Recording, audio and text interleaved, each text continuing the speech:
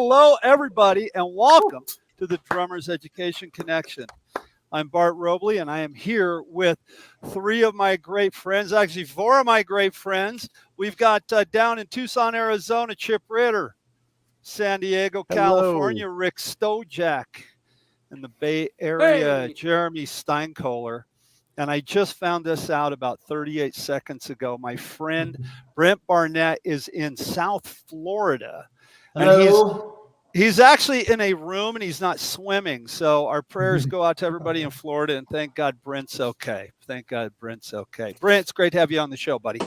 Thanks, Bart. Thanks for having me on. I appreciate it. You bet. Hey, so what we didn't tell you before we got on, we had a couple technical things. What we do is we start the show with a thing called Good Things, and we go around and just talk about stuff that's going on good in our lives. It's either with drumming, outside of drumming, and also do a little bit of business here. If you guys want to donate to the show, you can go to Patreon, to our Patreon page. Chip is going to put that in the comments, and that'll help us keep the lights on, keep our website going, help us do the advertising for Deck Day, which we got coming up in April at Aquarian Drumheads. That's going to be fantastic. This will be our third Deck Day. That's going to be really cool. So all your proceeds that you would donate to us go to that sort of stuff. Good things. Chip, what do you got going on good in your life, my man? Dude, I'm going to play at the Drumathon X this weekend on Sunday. I'm flying out to Dallas, and I'm playing the breastcancercanstickit.org Drumathon to raise money to help fight breast cancer, get mammograms, fund research trials and clinics and stuff. And I'm playing with John Kelly from Quiet Riot, Phil Varone from Saigon Kick, and Greg Bissonette from Ringo's All Stars. And awesome. I'm going to be one of them celebrity drummer guys too. I get to hang out with those guys. So it's going to be cool. Awesome. Very cool, man. Very cool. Very cool. Say hi to Greg for us. I will. Yeah, please tell Greg that we said hi and thanks for being on the show in the past, man. Greg's a great dude. Rick, what do you got going on, bud? Man, I am still fired up after my weekend of hosting Zorro for drumming workshops here. The energy is still in the room from when he was here and ripped apart this kit. And you know, it feels so exciting to get a little freshen up on all of my techniques. And so I've become a better drummer and a better teacher for it. And all my students are just fired up like absolutely crazy. They're all like way into it. They're buying more gear. They're buying more books. They're just drumming like crazy. So man, thank you to Zorro. And if you're a drum teacher, man, it's worth the time and energy to host a great drummer and bring that energy to your students. So I'm just so pumped up. So what about you, Jeremy? What are you up to? Lots of good stuff. Just wrapped up a great recording session a week ago with Jean Feinberg and her jazz band, and heading up to Mendocino this weekend for a gig up there. And then my wife and I are going to Europe for 3 weeks. So super excited about that. Just dropped off my son at college, so this is our sort of empty nest trip. And then going to be back in time to go to PASIC with you guys. So really looking forward to that. It's going to be a great month. Very cool. Yeah. PASIC's going to be fun, man. I got as usual, Sam Morrison bands on the road. We had an incredible year. Head back out. We got this weekend off. We head back out next week for a few shows out in the Phoenix area. We're excited about that. Staying really busy there. My new Bullseye One Shots for drum sampling comes out. It's all done. The I's are dotted, the T's are crossed. Should be available this week or next week. It's kind of my web guy that helps me out with stuff is slammed right now, but that's going to be up and available. I'm really, really excited about that. Now I'm going to throw it to Brent. Brent, what do you have going on good in your life? Before we introduce you, what's happening in Florida? Oh man, it's the last few months have been a really big whirlwind. A lot of great things, a lot of big life changes that's happened for me, getting back to work with Gibraltar again. Gibraltar's always been like a huge passion of mine. It's been a huge part of my life. We recently moved to South Florida from Nashville, and we moved out here to be closer to family. And so I'm just getting, used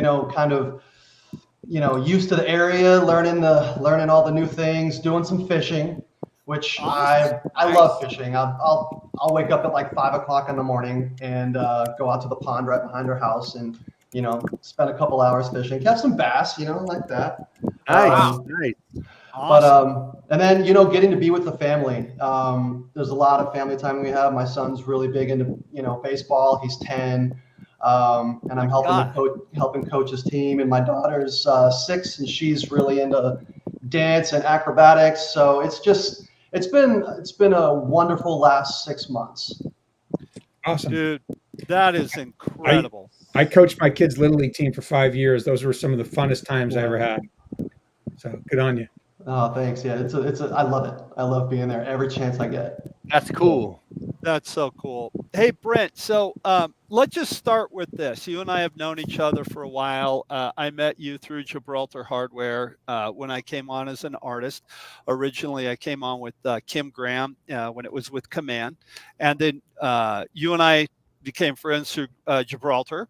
And when you left, I said this before we got on the show, I was really bummed. And then when I saw that you were back, I was so excited. And I literally reached out. I gave it a little while, but I reached out right away. How do I get in touch with Brent? And here we are. You're on the podcast. What happened there? What was the transition where you left and then came back? Because I know so many people that in the industry that are like, Brent's back. I mean, a lot of people are really excited to have you back. So that's got to make you feel good. What happened? Tell us the story, please. Well, I've been with Gibraltar since 2007.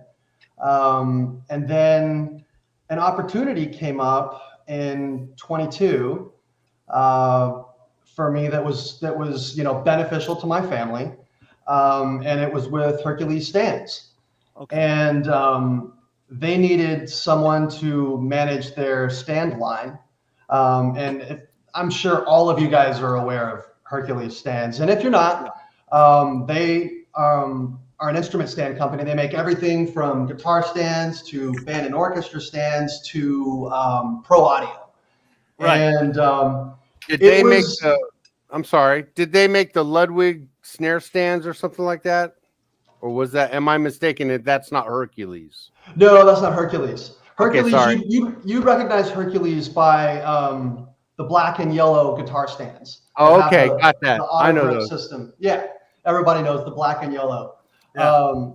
So I worked with them. I worked with them for a couple years, and then I got a call earlier this last spring, and they were telling me, hey, we would love for you to come back and work with Gibraltar. And they told me about a little bit what was going on, and I got really excited. That whole flame of working and being creative with the brand just totally got reignited within me. And I had like literally 2 conversations, and I'm like, I'm in.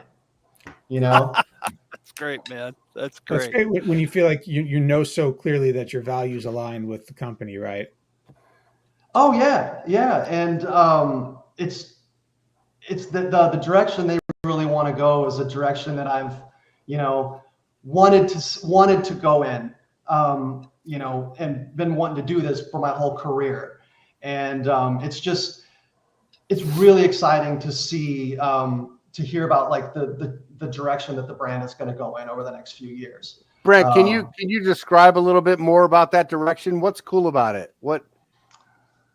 It's gonna be like, with content, it's refreshing every single thing that we've done in the past. Oh, okay. But doing just putting a new spin on everything. Oh, okay. And making it fun and entertaining, like what we used to do when I started creating content back in 2012. Right.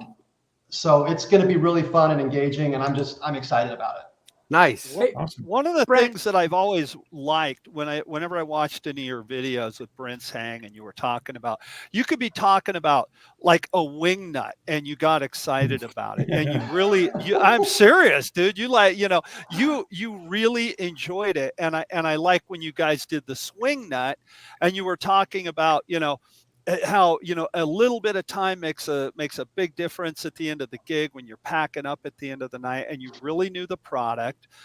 and your videos were always really well done. I love the new videos where you show the level and how to put the racks together and stuff like that. Where did your passion for building the racks come from? Was that because you grew up using a rack, or you just like the way they looked with other drummers? Where did that come from? That's an interesting question. So I think my passion for building racks stemmed from playing drums in the beginning. So Right. I moved to LA when I was 20 years old to pursue playing drums. I wanted to be a professional player, just like a lot of people that moved there. And I ended up getting a job at this company called Centerstaging, which is a backline company in Burbank. And for those of you that aren't familiar with what a backline company is a company that rents musical gear out to bands that are performing on live shows or television shows or award shows. So I got the opportunity to work in drum department there for about 4 years. And through that, I got to learn the ins and outs of all the different brands and hardware. And then we started getting guys, like the last couple of years I was there, we started getting guys going like, hey, so I need a rack for this show. And I was really the only one in drum department that wanted to take on something like that. And I had kind of figured out that I didn't want to pursue a career in music because, for one, I was taking lessons at the time I was taking a few lessons from Ray Luzier, and he goes, hey, one of these days you and I might show up at the same audition. And I went, if I ever show up to an audition and you're there, I'm leaving. But I realized that I needed something a little bit more stable for myself. So I kind of started putting my creativity and attention into building these types of setups when I was at Centerstaging. So I had to design a couple different players' racks, and then I got the job over with KMC, which was Command Music at that time, who owned Gibraltar Hardware, and it was for the artist relations position. Well, I had to start designing racks for all the different artists that they were endorsing, and I really got into being able, the whole creative factor of it. And when I was a kid, I liked Legos. I liked building things, and even today I like building things out of wood when I get an opportunity. But just the whole creative aspect of what you can do with Gibraltar was really what inspired me and fueled my passion for it, because once I discovered that you could cut one bar and then you got a clamp that allowed you to do this, allow you to do this, allow you to do this, allow you to do this, and everybody's just like, no, just do your thing. Like, just make me something cool. And I'm like, I'm getting paid to do this. This is. Hey, Brent, for our newer drummers, can you tell them about Gibraltar, what they do overall? Just like an overall view of the company and what products you offer. So Gibraltar is a hardware only company. Like we make hardware for drummers to go with all different brands of drums. Like most brands make hardware that fit their particular drum set. Like for instance, Tama makes hardware that fits Tama. Pearl makes hardware to fit Pearl. DW and so on and so on. And it's hard for people to want to cross over. A lot of players, they really want to match their hardware to their drums. Like for instance, you'll never really see a Tama player using Mapex hardware. You'll never see a DW player using Sonar hardware or Pearl hardware. They typically stay with their brand specific hardware company. However, Gibraltar is one of those we've always called ourselves like the Switzerland of hardware. We're like the crossover brand, right? So we're one of the brands that will cross over from drum brand to drum brand. That makes sense. We work with so many different brands. I mean, we'll work with Tama, Pearl, Yamaha, DW, every single brand out there. We make a part that will allow you to use your kit with our hardware. So we make everything from drum set hardware, stands, tom stands, educational, extended height snare stand, stuff that you would see in a concert band situation, drum racks. We're really, really, really big into thrones. We've got like 20 to 30 different types of thrones. Any kind of throne a player would need or would want, Gibraltar offers that, and it offers you the ability to choose what's going to be the best feel for you. What's going to be the right cushion? Is it the right firmness? Is it the right height? Is it the right base? Gibraltar has, gives you those options because there are so many things to choose from. Yes. And with racks, we've just gone crazy with, all the different types of clamps that you can do to customize how you want your experience to be when you play. And as a drummer, it's all about how you feel behind that drum kit. Right. And your playing is going to be affected by how you feel. So Gibraltar is all about making you feel the best you possibly can when you play. That's cool. It just seems that if you want to mount something on a drum kit, whatever it is, whether it's a phone or a cowbell or a tom, whatever it is, Gibraltar has a hardware for you too. Oh yeah, we got 30 different ways to do that as well. Like, if you want to mount it to a cymbal stand, if you want to mount it to a rack, if you want to mount it using tom stands, I mean, there's a different flavor for any drummer out there. What if you want to mount a plaster head of Bart on top of your cymbal? Bobblehead of Bart. Or a Bart figurine. Give me a drill bit and a thread, and I'll thread it on there, and you can put it right on top. Hey Brent, I got a question for you. I think that's a great product, a Bart Bobble by Gibraltar. Yeah, sorry, Chip. That's all right. Go ahead, Chip. Sorry. I got a question for you. And a long time ago, I saw one of the Brent's Hangs videos where you had this big, massive white double bass drum set, and the vertical stands, and then the curvy ones. When you finish your job, you had this whole new look to the whole drum set. I was wondering, do you have a favorite rack system that you've built before, that you've created? Oh, wow. Anything stand out, like one of your favorites? That is a tough one. That's a tough one. There's so many that I've done. I would probably have to say is something that I didn't necessarily design, but I really facilitated and helped to build was Glenn Sobel's rack. Okay. I don't know if you guys have seen yeah. Oh yeah, I've seen it. It's pretty crazy. Alice my gosh. And his drum tech, Michael Miller, is an insane designer when it comes to racks. He's so good at designing rack setups. And he came to me with this design and told me about what he wanted to do. And he's like, how do we do it? And I'm saying, all right, well, if it's going to go together like this, these are the parts that we need. And just the look of Glenn's rack and the way that it just flows right around his drum kit.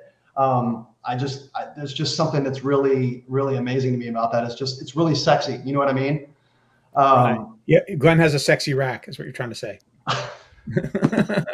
I'm sorry. I'm just teasing. I've got a question for you, Brent.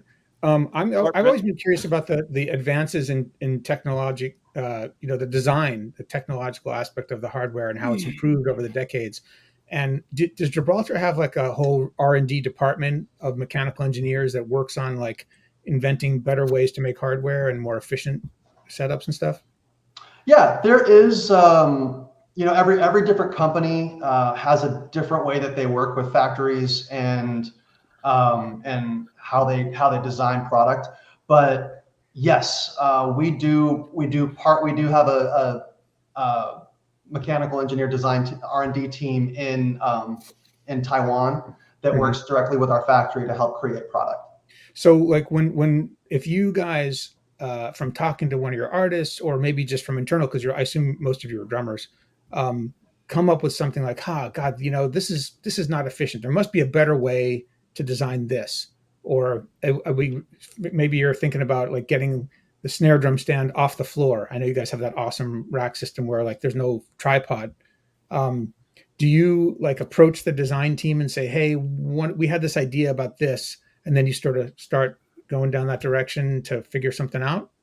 Yeah, so a lot of those conversations will start that way, and we'll be like, look, so this particular stand really it isn't functioning as well as it possibly could. There's got to be a better solution out there to what is currently out on the market. Here's what everybody else is doing, and here's what's needed. We need it to do this. Mm-hmm. And our team is very good about creating something functionally that is really beneficial to players. Hey, Brent, is today's current corn rig with Ray Luzier, is that at Gibraltar? No. That's okay. He's a DW player. Oh, I'm sorry. I didn't know. That's why I wanted to know. So with the design stuff, right?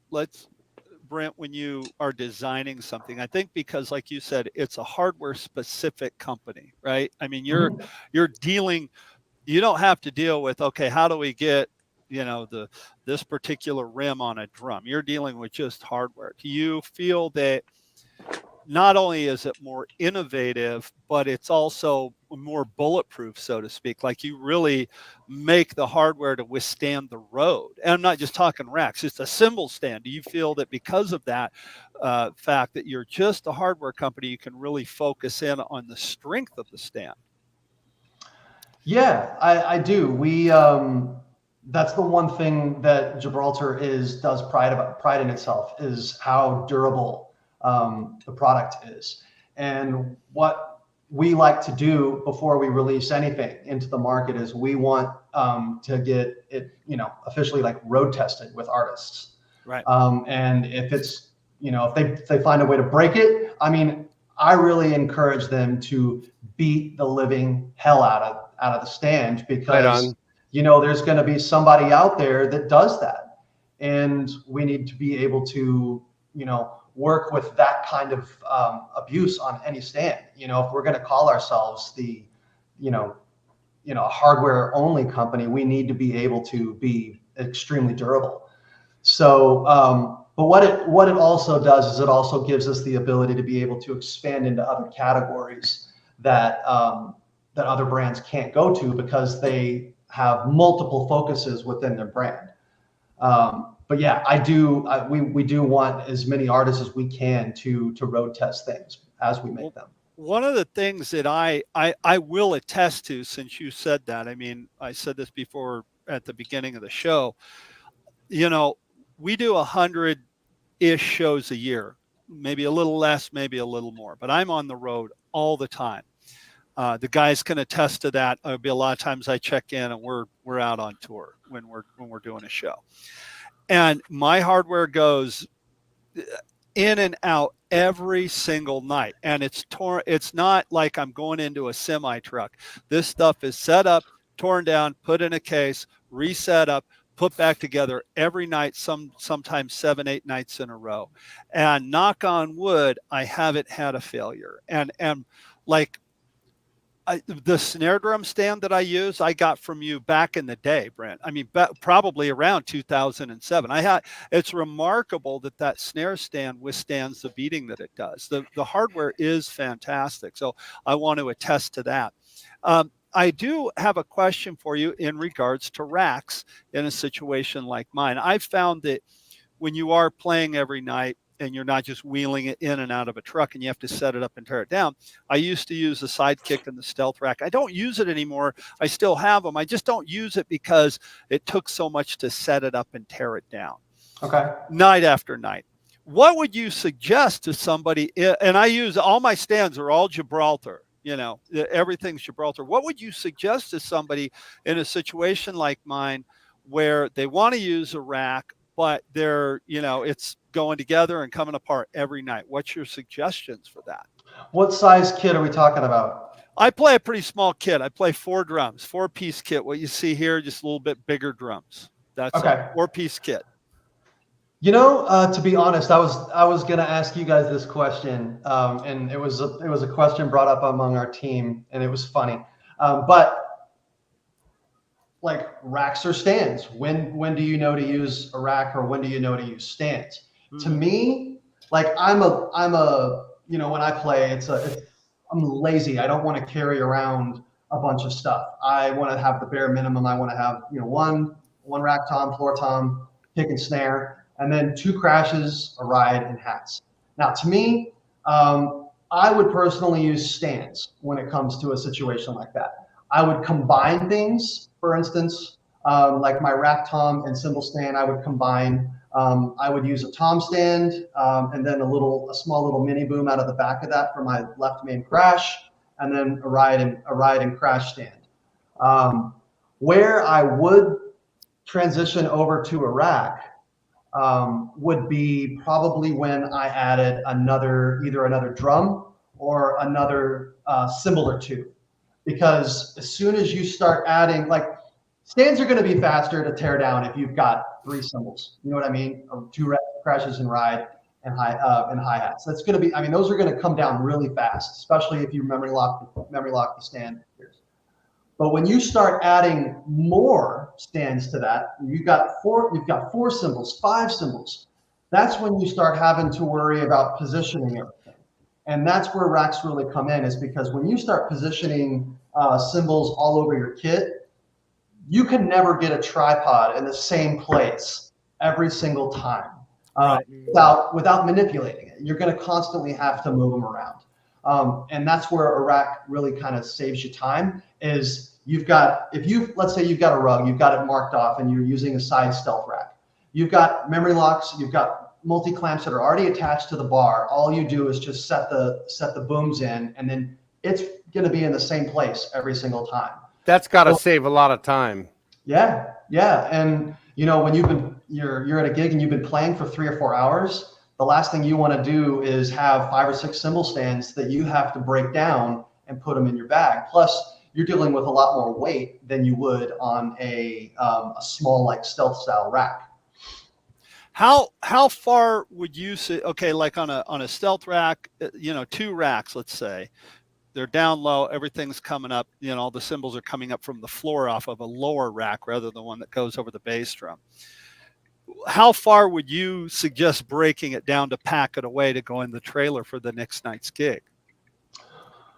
All the way down, or just parts of it, just to pull the cymbal stands off? What are your suggestions there? Well, I mean, if you have the ability, I would just take the cymbal arms out and leave the actual base of the rack together. So then you don't have to worry about assembling anything. Some people have that ability depending upon, if they're showing up with a kind of car that they're using, or if they're using a trailer. If you've got an SUV and you've got enough room to put a little stealth rack put together in the back, by all means, keep it together. If you're in a situation like I used to drive a Honda Civic, and it was a coupe.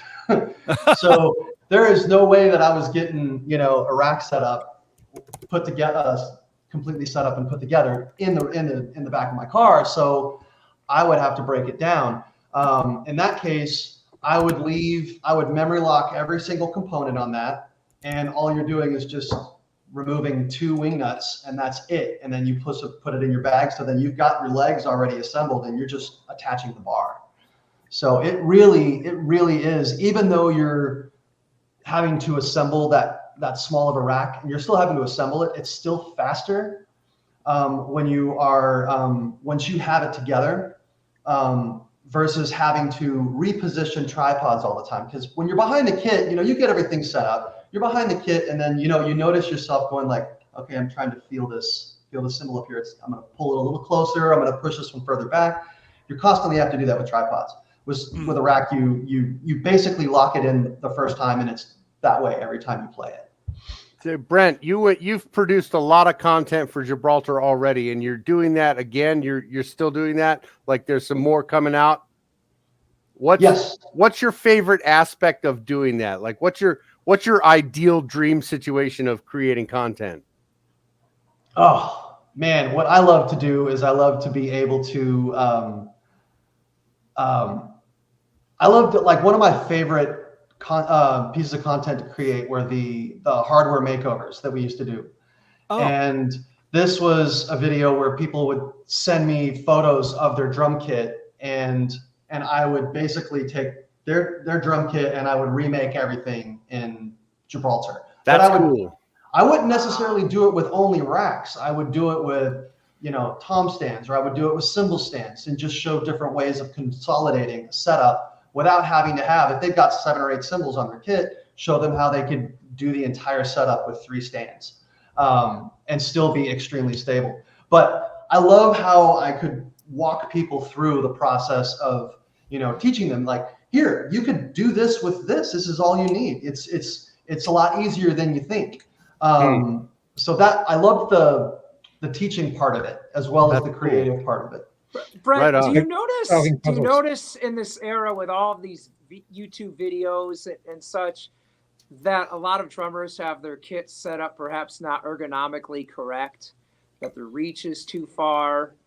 Do you think that do you see that a lot, that it, as a community, it's something that needs some attention? I do notice drummers do talk to me about that. And this is not just now. This is always been the way it is, as far as, as from my experience in my career. There's been a lot of players that I've worked with that come to me, they're like, I can't get my setup exactly the way that I want it to feel, that feels comfortable. And either the company that they're working with just doesn't have the options to be able to facilitate that, or they don't know what they can use in order to be able to help facilitate that. So that's one of the things that I love about, helping people with setups like this, is just to be able to show them different ways that they can do that. And a lot of the time they would get, I'd get done building a setup for them. They're like, oh my God, I've never felt anything so easy to play. Like, this makes me want to sit down and play. Yes. But it's a wide kind of issue that all drummers have, and it's going to continue to happen. Yes. Right. I kind of noticed, you'll see a picture of a drum set for sale from a major manufacturer, and they sort of set it up so you could see everything, not the way it's set up to actually play it. So new drummers buy those drum kits, and then they set them up, with everything so far out of reach. Of course, you could see it, but and then you work on your chops and you work on your playing. But if it's not set up ergonomically easy for you to reach, then your technique is minimized. You're not as efficient as you could be. Oh, for sure. And in doing lots of videos and photos, in my experience, the way that, if you were to set something up ergonomically and you want to get a pretty picture, a pretty photo out of it, those two don't always go together. Yeah. So sometimes you have to set up, we just did a photo shoot probably 2 or 3 months ago where I had to set up a drum kit, and in order to get it to look proper on camera, I had to set it up to where it just looked horrible in the studio. There's absolutely no way you could play this. But with the way the camera angles come in, it's like in order for it to even look presentable, you have to set it up this particular way. But yeah, I completely understand what you're saying. Well, it's interesting to think about the drums as a unique among instruments, in that there are so many angles and surfaces and positions to get right. If you think about it, compared with a piano, you sit down on the stool and that's it. Or your cello, you sit in the chair and you play the cello. There's not 20 different things to adjust and figure out what works for you and what makes it easier to play. It makes sense. One thing you said earlier really, really sort of rang a bell in my head. You said, we work hard to make it so that make it as easy to play as possible, or something like that. You said it really well. You said it better than that. And I think that's often an overlooked aspect of playing the drums. When students come in and they sit down at the drums, many of them, especially if they're newer students, won't even make any adjustments. I'm like, hey, that snare drum's way too high for you. Or like, it is, or the hi-hats, it's too far away, so I help them, learn to make these adjustments. But beginners don't know anything about how it's supposed to feel. Right. So they just sort of sit down and they end up playing with whatever they get. And, how many times have we sat in on someone else's kit and you're like, oh man, this doesn't feel good. Mm-hmm. Right. Yeah. So yeah, it makes perfect sense. I mean, thank goodness there's companies like yours that are out there making all these products for drummers to be able to make it easy to play. You know, Yeah, and Jeremy. it's- Go ahead. I'm sorry, Brent. Oh, Go I was ahead, just go ahead. I was just gonna say, just to tag onto that, I know, from when I first started playing drums, I set it up just how I saw people setting it up on, at school and on television. Like, I didn't know how I was gonna play it and how well it was gonna work for myself until my drum teacher came over and he was like, "No, you got this set up completely wrong." During COVID was the first time that I got to see what all my drum students' kits looked like, and I was like horrified. I don't mean that the drums were bad. I mean that the setups were so, not efficient, not ergonomic, and so funky. And I'm like, things at crazy angles, and it's like, oh man, it made me realize that like every student ideally deserves a teacher coming over to their house to show them how to get everything set up right. Yeah. Guys, there's no doubt that the drum set is the most customizable of all instruments. And I just encourage people to be really, really creative, experiment. Go ahead, put some bongos up on your drum set. Hit the bongos with the sticks. You can do that. Stack some cymbals together. Do like Dom Famulero did. Flip your toms. Why does the highest pitch tom have to be the left? Mix it up. You can do so much. And so that's why a company like Gibraltar is very, very, very important in helping us to evolve. Well, I've come across some really cool Gibraltar products that I didn't know about. Like at the NAMM show, I discovered those. I don't know what you call them, but they're these attachments you put on the cymbal stands that have a flip top instead of a wing nut. Oh yeah, the swing nut, yes. What a genius invention! I bought those right away, and it's like those have been great. I've never lost a wing nut since. Right? We don't have wing nuts. Yeah. I mean, I love that you guys are constantly innovating and figuring out ways to do these things better. Making life better for drummers, baby. Oh, yeah. One drummer at a time. One drummer at a time.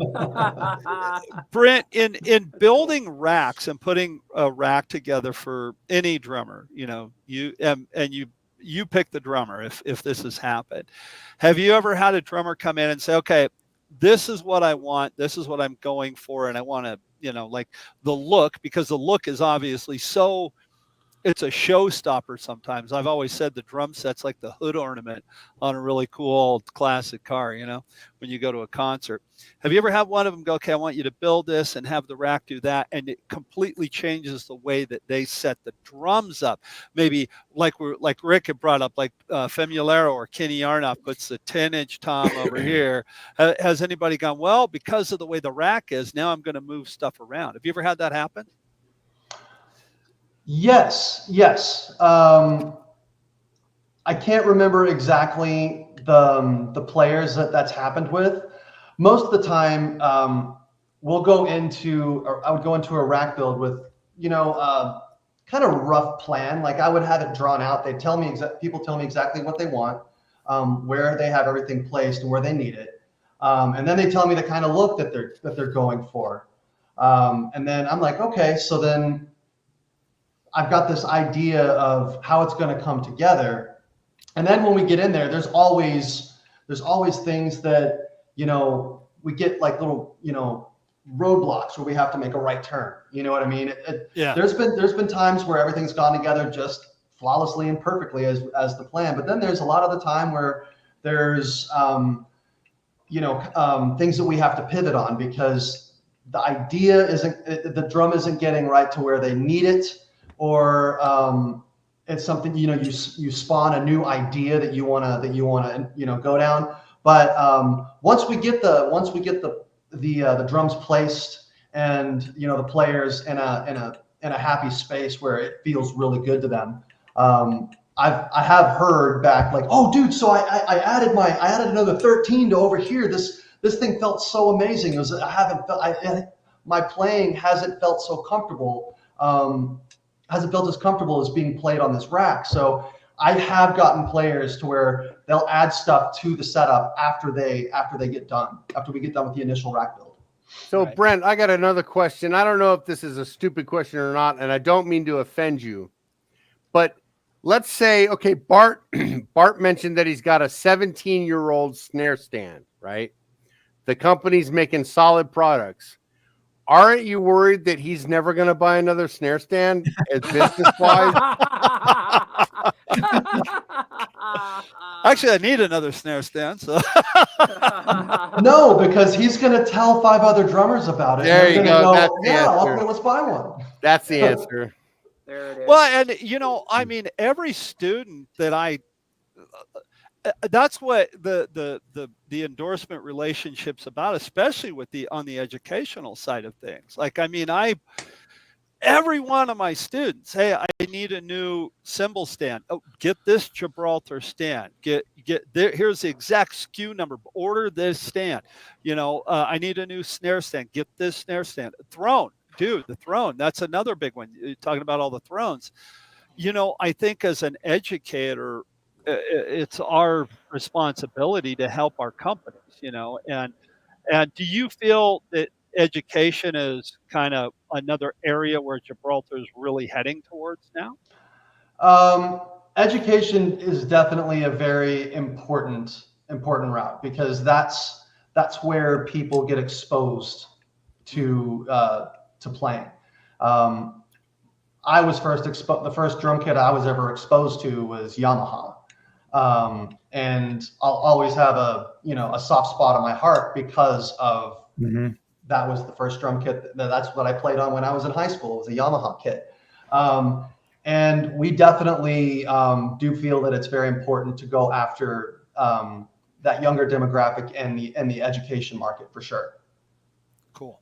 Because I think Brent, for a long time that was Gibraltar untapped. Show up at any of the trade shows? I'm sorry, did you guys, could you repeat the question? I think we had some lag there. Sorry, Bart, did you have a question? No, go ahead, Rick. I think you go for it. Okay, we had lag there. Sorry.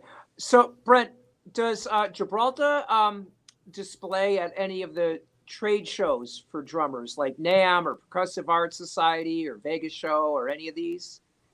Yeah, so we will be at NAMM this year. We're going to have our own booth. Normally, so we're distributed by Hal Leonard, and they're based out of Milwaukee.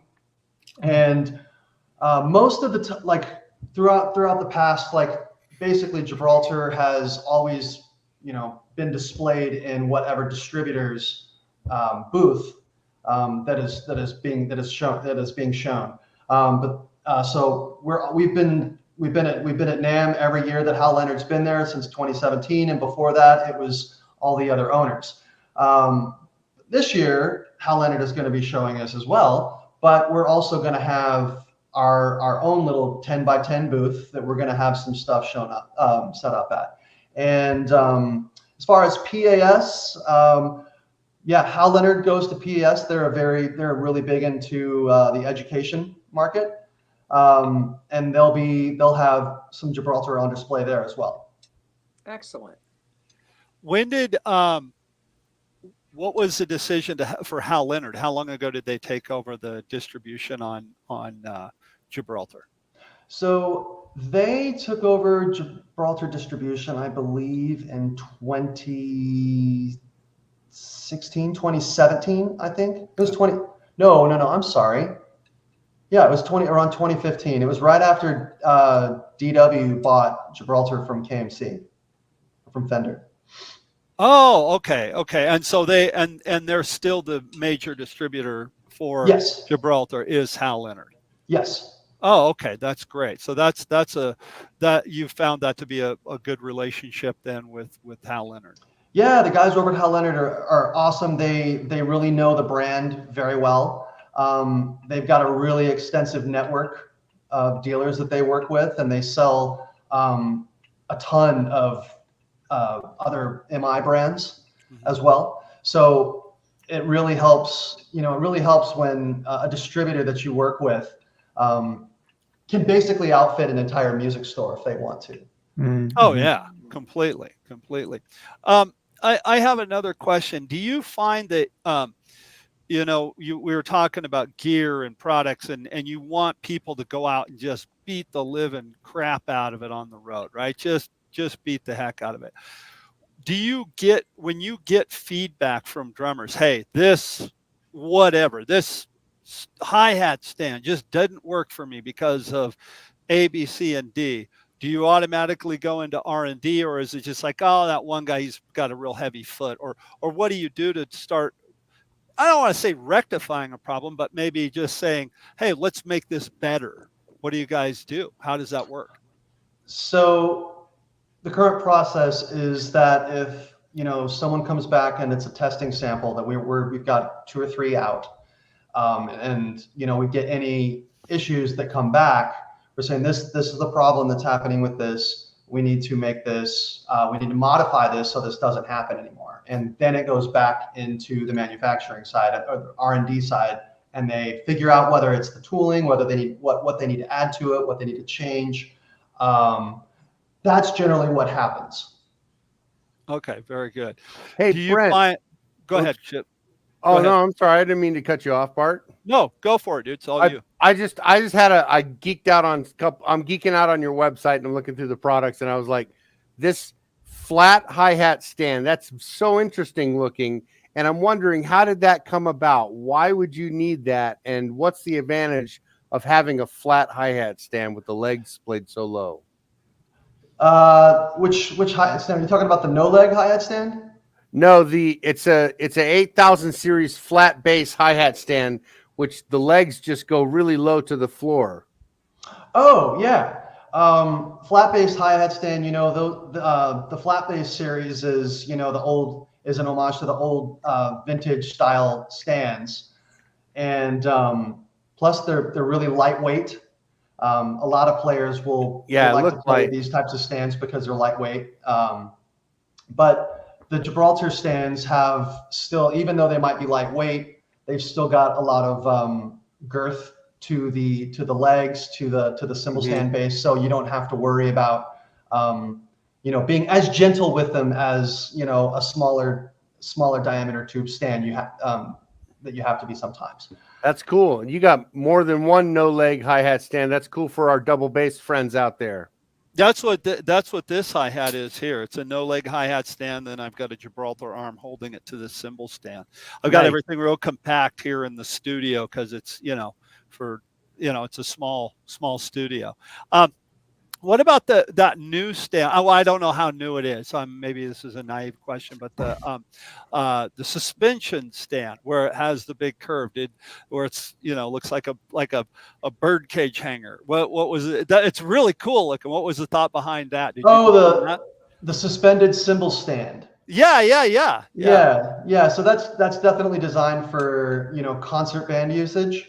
Okay. So that a player can hang a cymbal from it, and they can do all different kinds of cymbal swells and create a lot of different sounds. It's got a little threaded knob at the very top, so if somebody wants to put like a little splash cymbal on top of the curve, they can. Do you find that some rock guys or whatever, just because of a look, they'll use that, or no? I haven't personally witnessed too many drum set players using that. Okay, I was just curious. It's cool. It's a cool looking stand, and I can, you're only limited, it seems like, with Gibraltar by your imagination, and I could totally see somebody with these big things hanging all over the place with them. It would, it would be fun. Those are gonna be on my next rack, like one right here. Are they really? Seriously? Right, no, I'm just. I'm gonna make a point to do it now, though. Yeah, you're gonna do it. You're gonna go, hey Bart, look at this. Yeah. That's awesome, man. That's awesome. What about the talk? You were talking about the thrones. We're geeking out here. Like, why so many thrones? Just because of the same reason you want the comfort or what have you? Talk about that a little bit. So there's 3 or 4 different elements when it comes to a throne. There's the shape of the top, which, is, the most common size is a round. And then they've got saddle style or moto style. Yeah. There's also the thickness of the throne. You've got thrones that are more thin. You've got thrones that are thicker. And then there's also the firmness of the throne. There's some that are really thin, they've got a lot of plush memory foam type of a feel, so you really sink into it. Then there's also the base, the style of the base that you want to use. Do you want a threaded base where you want a spindle height, you want to raise it by spinning the top, or do you want a base that's got a hydraulic lift to it? I like the spinny base. You're probably one of those players that doesn't like the feeling of the bounce with the throne, right? I don't. Jeremy does. I do.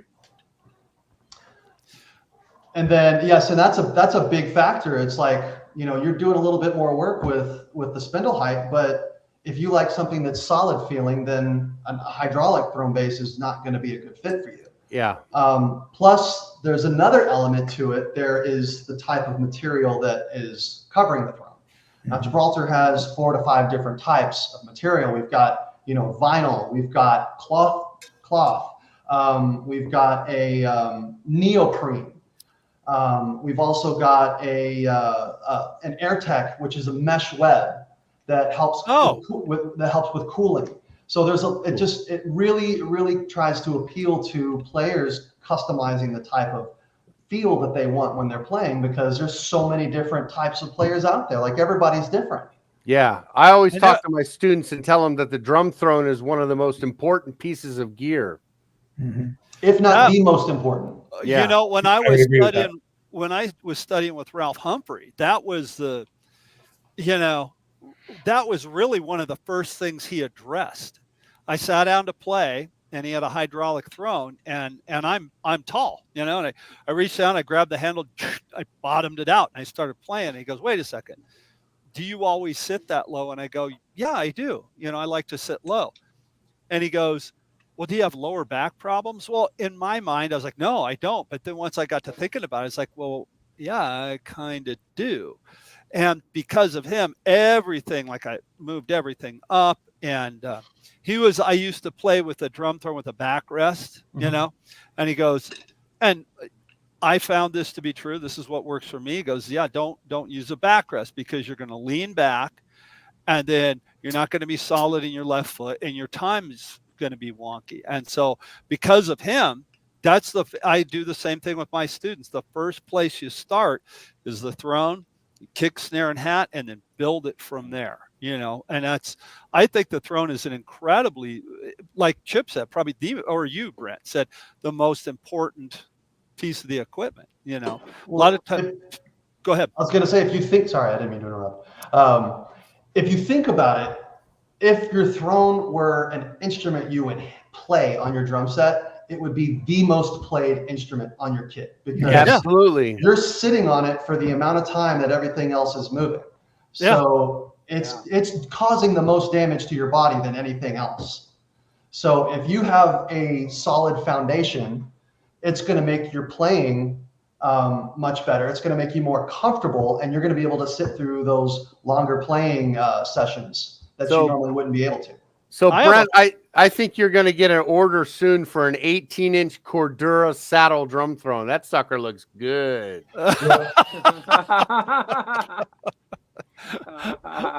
Is that the oversized one? Yes, sir. Yeah, I love that one. That's a great one. Nice. Okay, you're probably going to get 2 orders then. We got a nice comment from James Harrison, who's a frequent contributor and a terrific drummer and educator in his own right. He says, "Gibraltar's always been in tune and often ahead of the curve with the needs of the drumming industry." Really nice. Thanks. That's awesome. Thank you, James. Yep. I like some of the little things that Gibraltar does. We're coming closely into the show here, but that you guys do, that, again, what James said, being ahead of the curve, like the new, I don't know how new they are, the tablet holders and the cell phone holder. I have an old cell phone that's like 1 billion years old, and I've got my song list on there. I've got all the songs that we play. And I've been in the band for 25 years. It is full of songs, and it has the BPM. That's my set list. So I go through, okay, here's the set we're playing tonight. Put them in there, and it goes right here on my hi-hat. Gibraltar makes a great clamp for that. You have a clamp for a tablet. We run our own in-ear monitors. My tablet is right here. And it's never once, knock on wood, never boom, took in a digger. I mean, and we're talking 100 shows a year, and I've had that thing for a long time. It's right there. It's solid. And it's those little things that when you're on the gig and you're playing all the time that make life easier. You know, having a cymbal stand not fall over goes without saying. Having a snare drum stand that doesn't collapse on you goes without saying. But it's those little things that just, hey, this makes my world just a little bit easier. Love it, and Gibraltar is awesome with that. I think that's very cool. I also want to say to our friends that are listening to this podcast on their cell phones, you can still look on your browser on your cell phone while the podcast is playing and visit GibraltarHardware.com right now. You can.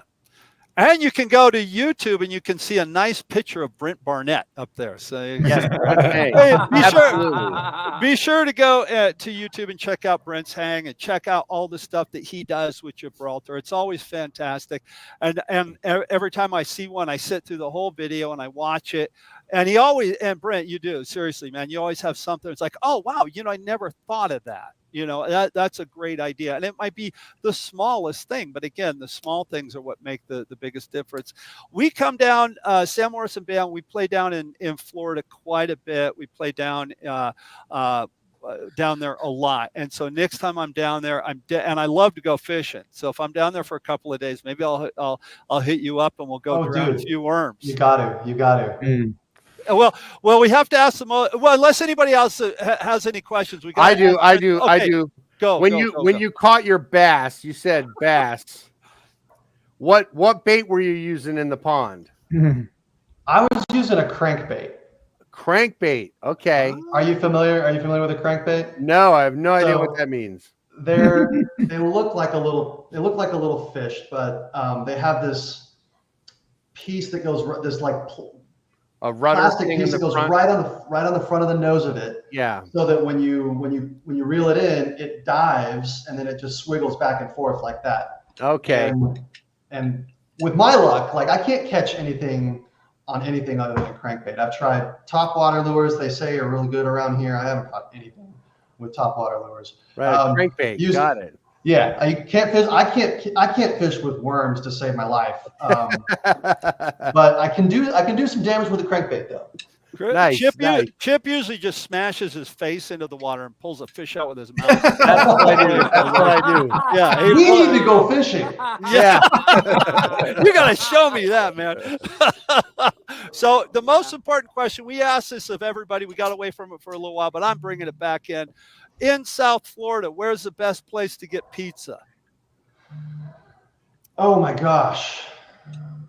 I don't feel like I'm the right person to answer that question just yet. I haven't lived here long enough. We're eating so many different places right now because before where I lived a little bit further remote and we were limited to just a few places. But here, there's thousands of places to eat. So I'm still exploring. So when I have a better answer for you, I'll let you know. All right. I love we got to have him back on the show.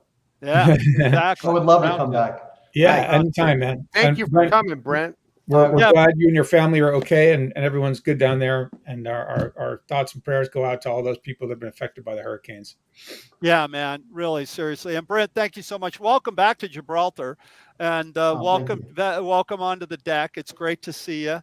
And we will see everybody next week. We don't know what the topic is, but we know it's just going to be Chip and I, because Jeremy's going to be in Europe and Rick's going to be down there in Florida, right? Aren't you going to be down in Florida? I'm going to be in southern Florida in Melbourne, seeing my mom for her 98th birthday. Wow. And we might on next week's episode, we might have a special guest, Fred Fisher.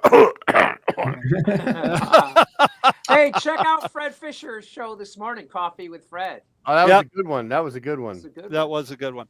All right, everybody, thanks for watching. We'll see you next week. Everybody have a great week. We'll see you next time on deck. Thanks, guys.